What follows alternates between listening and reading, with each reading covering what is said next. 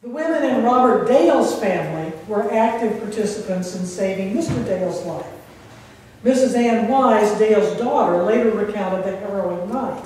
Just before bedtime on June 21st, 1863, guerrillas confronted Dale in his yard.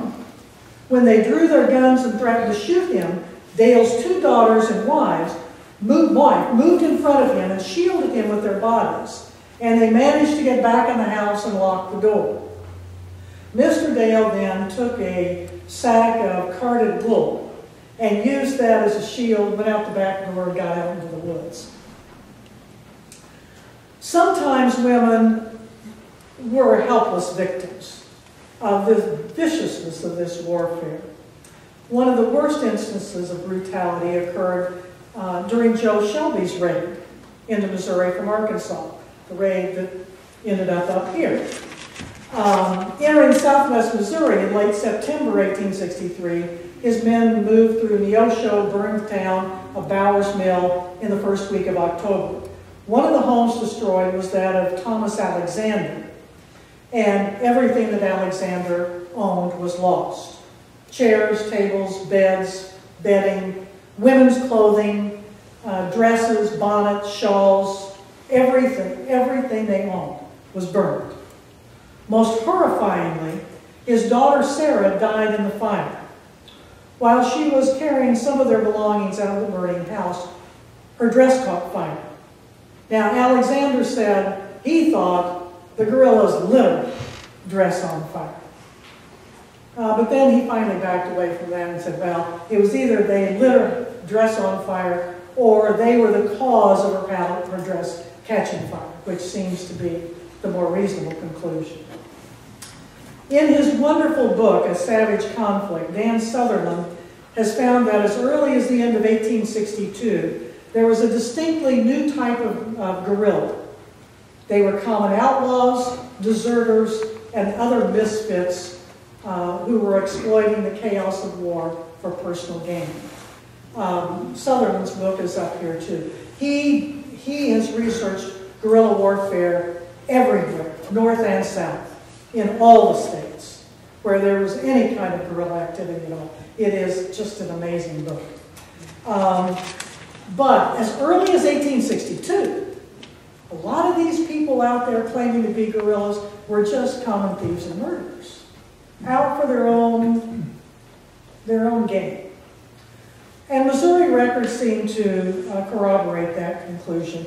There is ample evidence of theft that has absolutely no military value at all. Oftentimes, though, it is impossible to tell what is really the true story. Lies? Do people lie? Are they telling partial lies? Partial truths? It's really hard to know. Mrs. A.J. Peacher is a classic example. Wilson Skinn of Greene County reported her to authorities after she had told him that she was going to Arkansas to see a niece and to get a Negro girl. Well, going to Arkansas meant you were going into Confederate territory. 3 members of the Union militia called upon her and accused her of harboring bushwhackers and of being a spy. She said she didn't know any bushwhackers, and she was just full of pragmatism. She said, if any gentleman came to my house and wanted something to eat, whether he was Federal or Southern, he would get it. But a neighbor, Ebenezer Scroggs, testified that it's common talk in the neighborhood that she's a spy. Now, Mrs. Peacher claimed that General Brown in Springfield, the provost there, had tried to get her to take the oath and to use her influence on her neighbors.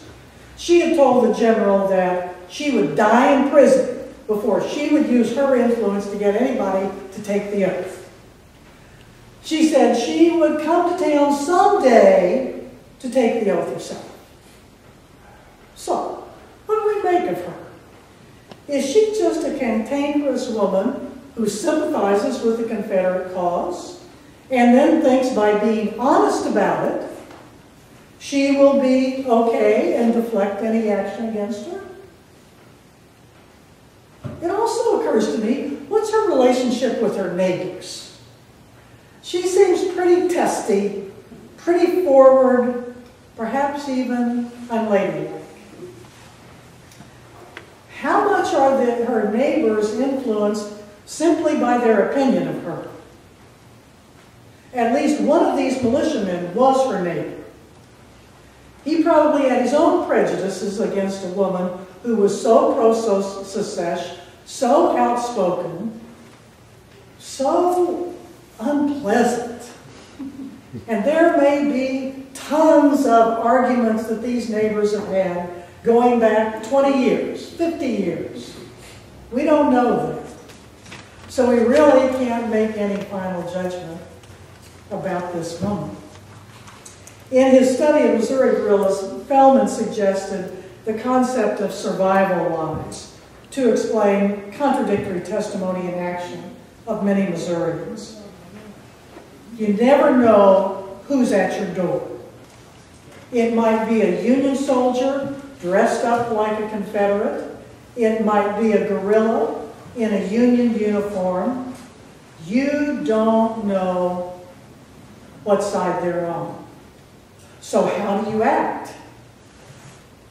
You tell survival lies. You tell what you think that person wants to hear.